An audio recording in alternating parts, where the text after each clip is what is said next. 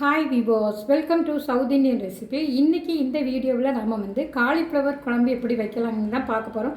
ஆக்சுவலாக பார்த்தீங்கன்னா cauliflower Manchurian, cauliflower 65 இப்படியெல்லாம் செய்வாங்க. குழம்பு செய்யணும்னா சொல்லுவாங்க, கொஞ்சம் கிரேவியாக இருந்தால் கூட பரவாயில்லையே, குழம்பு எப்படி இருக்குமோன்னு நினைப்பாங்க. ஆனால் இந்த மெத்தடில் நீங்கள் குழம்பு செய்து பாருங்கள், ரொம்ப டேஸ்ட்டாக இருக்கும். இதை எப்படி செய்யலாங்கிறத தான் இந்த வீடியோவில் நம்ம பார்க்க போகிறோம். வாங்க.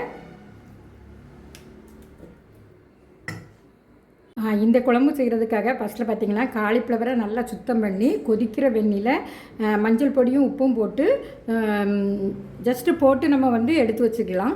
அப்புறம் பார்த்திங்கன்னா இது வந்து பச்சை பட்டாணி தோலோடு வந்து காக்கில் வாங்கினேன். இப்போ தோல் எடுத்து வச்சுருக்கிறேன். இதை எப்படி செய்யலாங்கிறத இந்த வீடியோவில் பார்க்கலாம். வாங்க. தாளிக்கிற சட்டியில் 1 டேபிள் ஸ்பூன் எண்ணெய் சேர்த்துருக்கேங்க. எண்ணெய் சூடானோடனே நம்ம இதில் வந்து என்ன பண்ணணும்னா கொஞ்சமாக ஒரு 1/4 டீஸ்பூன் அளவுக்கு மஞ்சப்பொடி சிம்மில் வச்சுக்கணும், இல்லைன்னா கரைஞ்சிடும். இதில் பார்த்திங்கன்னா நமக்கு 1 டீஸ்பூன் அளவுக்கு வத்தல் பொடி போட்டு நல்லா இது பண்ணிக்கிடணும். கறியை விட்டுறக்கூடாது. அதில் நம்ம வந்து சுத்தம் பண்ணி வச்சுருக்கிற காலிஃப்ளவரை போட்டு இந்த மசாலாவில் பிரட்டி விடணும். மசாலாவில் நல்லா இந்த காலிஃப்ளவரை பிரட்டி எடுக்கணும். இது ஒரு 2 மினிட்ஸ் இப்படியே நம்ம வந்து இந்த மசாலாவில் காலிஃப்ளவரை பிரட்டி எடுக்கலாம்.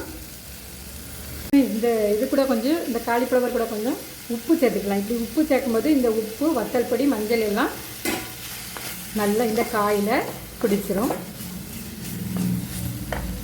2 மினிட்ஸ் ஆயிடுச்சு. இப்போ நம்ம வந்து உடச்சி வச்சுருக்கிற பச்சை பட்டாணியை இப்போ சேர்த்துக்கலாம். சேர்க்கும்போது இது மசாலாவோட நல்லா மிக்ஸ் ஆகி வரும்.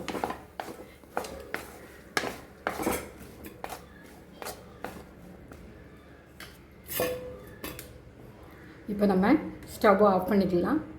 காலிஃப்ளவரையும் பட்டாணியும் எடுத்து வேறு ஒரு பாத்திரத்துக்கு மாற்றியாச்சு. இப்போ அதே பாத்திரத்தில் ஒரு 1/2 டேபிள் ஸ்பூன் எண்ணெய் சேர்த்துருக்கேன். இப்போ அதில் வந்து ஒரு மீடியம் சைஸு வெங்காயத்தை பெருசாக கட் பண்ணி இதில் சேர்த்துக்கலாம்.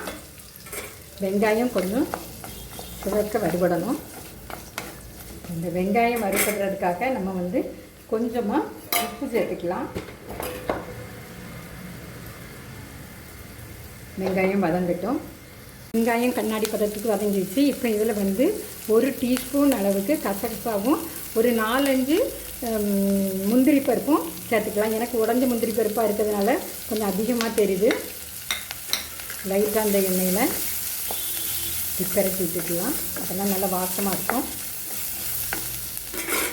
இப்போ ஸ்டவ்வை ஆஃப் பண்ணிக்கலாம்.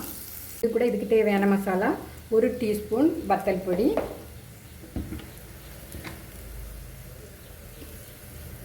2 டீஸ்பூன் அளவுக்கு மல்லிப்பொடி, கொஞ்சமாக மஞ்சள் பொடி, கரம் மசாலா 1 டீஸ்பூன் அளவுக்கு கரம் மசாலா. அதோடு பார்த்திங்கன்னா 2 தக்காளி.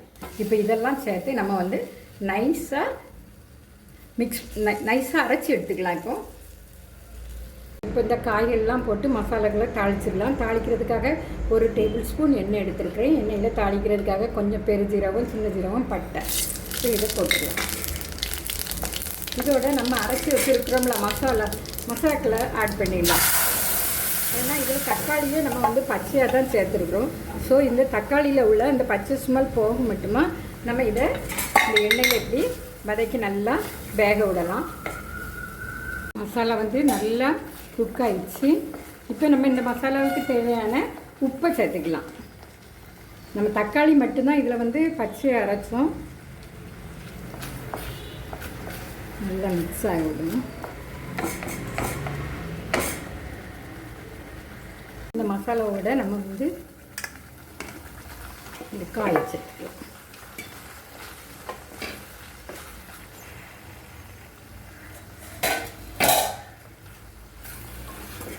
மசாலாவோட நல்லா மிக்ஸ் பண்ணிக்கலாம்.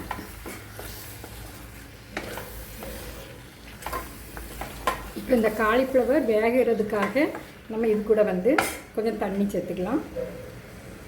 நான் இன்றைக்கி இதை கிரேவி மாதிரி குழம்பு மாதிரி வைக்கிறதுனால 2 கப்பு தண்ணி சேர்த்துருக்குறேன். இப்போ இது வந்து இதில் நல்லா வேகட்டும். மூடி போட்டுக்கலாம். அடிக்கடி நம்ம வந்து கிளறி விட்டுக்கணும். பாருங்கள், அருமையாக குக்காய் வருது. இப்போ வந்து நம்ம வந்து இந்த காய் வெந்திருக்கா காலிஃப்ளவர்னு பார்த்துக்கலாம். வெந்திருச்சு. நான் இன்றைக்கி குழம்பு மாதிரி தான் செய்திருக்கிறேன்.